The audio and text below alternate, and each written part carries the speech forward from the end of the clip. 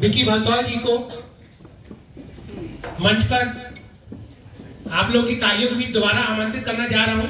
मैं चाहूंगा कि हम लोग जो जैविक खेती के मिशन को, जैविक जैव मुक्त कृषि अभियान को आगे बढ़ा रहे हैं, जैसा कि सभी लोग जानते हैं कि पूरा शहर, पूरा गांव देहात सब जगह केमिकल से इस समय पूरा देश प्रभावित है और लगातार जिसकी वजह से हम लोग बहुत सारी समस्याओं से जूझ रहे हैं।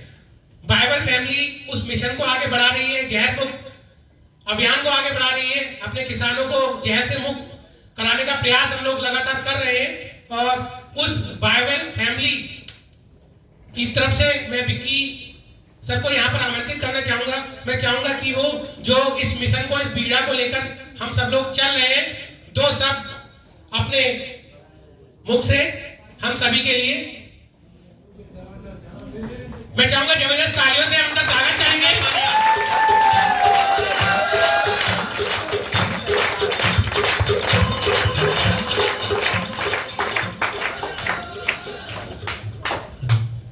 धन्यवाद संचालक महोदय। इस सभागार में उपस्थित बायोवेल के चेयरमैन आदरणीय बड़े भाई और सम्मानित सदस्यगण, सर्वप्रथम इस सुंदर कार्यक्रम के लिए इस कार्यक्रम के आयोजकों को हार्दिक शुभकामनाएं देता हूं, बधाई देता हूं और आप सभी से निवेदन करता हूं एक बार जोरदार तालियों के साथ।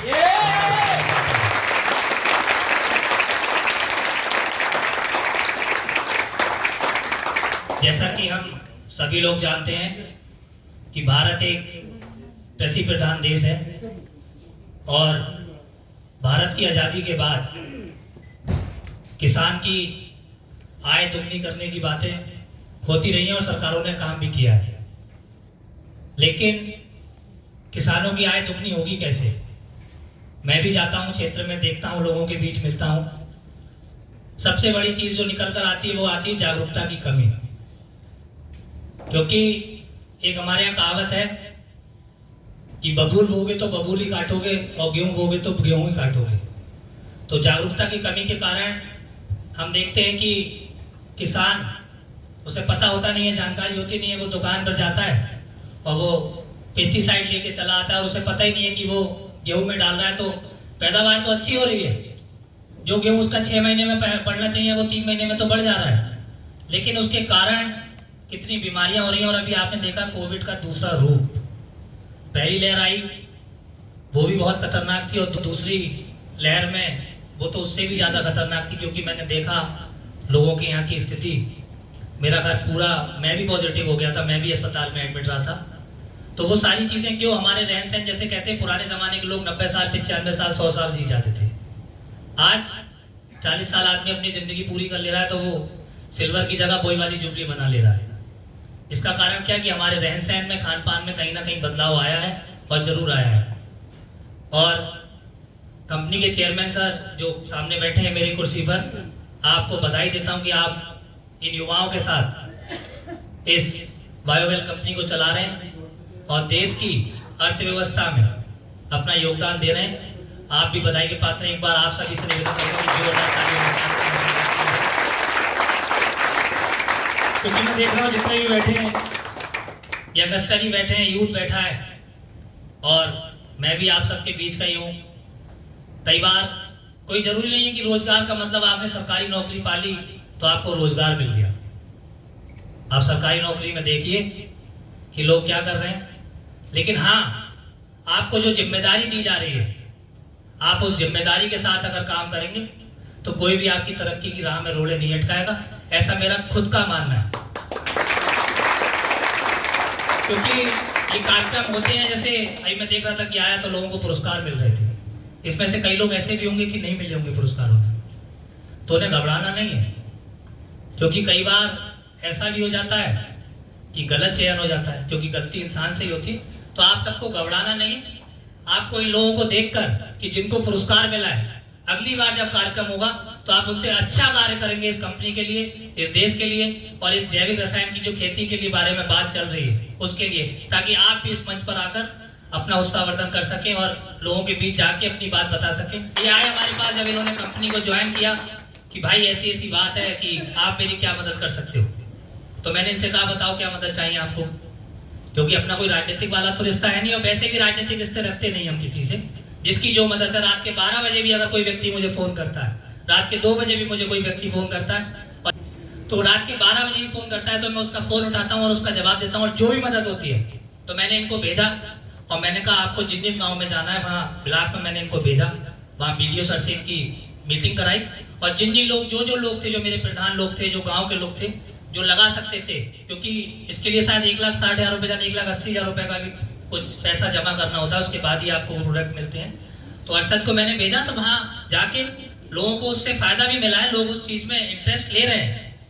तो मेरा आप सभी से निवेदन है, क्योंकि ज़्यादा समय ना लेते हुए, क्योंकि आप लोग भी काफ़ी देर से आए हुए होंगे और मुझे भी जरा एक कार्यक्रम में और जाना है, तो मेरा आप सभी से निवेदन ये है कि देश के योगदान में, ये मतलब नहीं है कि आप सब, फिर मैं वही बात कहता हूँ कि सरकारी नौकरी देश के लिए ठीक है, आप अच्छी बात है, रोजगार कर रहे हैं, अपना रोजगार स्वरोजगार कर रहे हैं, मैं भी रोजगार कर रहा हूँ, लेकिन मैं सरकारी नौकर नहीं हूँ, मैं अपना अलग काम करता हूँ। तो इसका मतलब ये नहीं कि मेरा देश में योगदान नहीं है।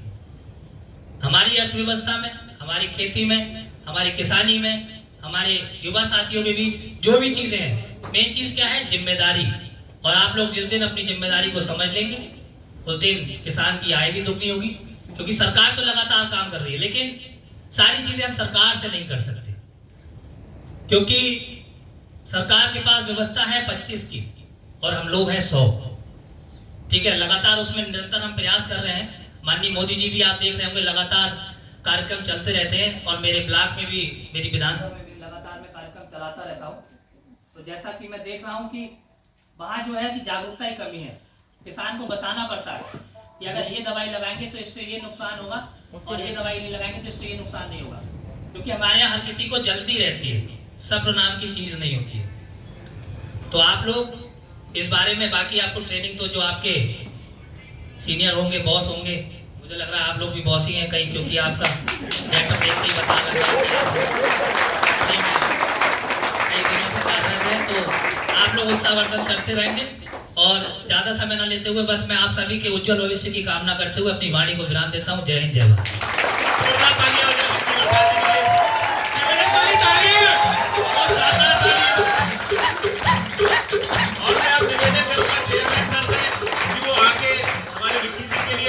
जी के लिए 2 शब्द बताए, उनके सम्मान में जयवंत करके स्वागत है।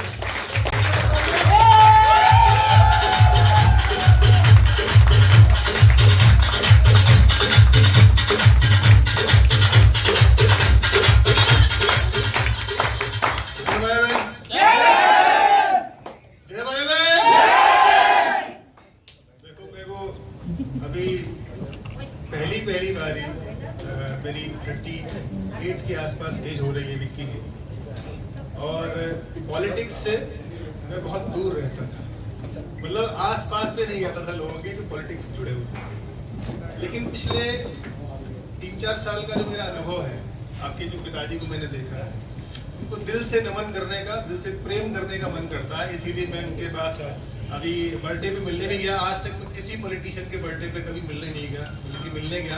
पहली बात ये लगता है कि हाँ, कोई नेता है जो जनप्रतिनिधि कहा जाता है ना, उसकी भूमिका सही तरीके से कैरेक्टर निभा रहा है। ठीक है, और वही छवि मुझे आपके बीच में आपके अंदर दिखती है। तो आप बधाई की पात्र हैं। मुझे लगता है कि आने वाले जो समय है, जो आने वाला समय है, उस समय में हमें विधायक जी के प्रतिरूप की तरह, या यूं कहें कि उनसे एक कदम और आगे एक बहुत बढ़िया जनप्रतिनिधि मिलने वाला है। Thank you.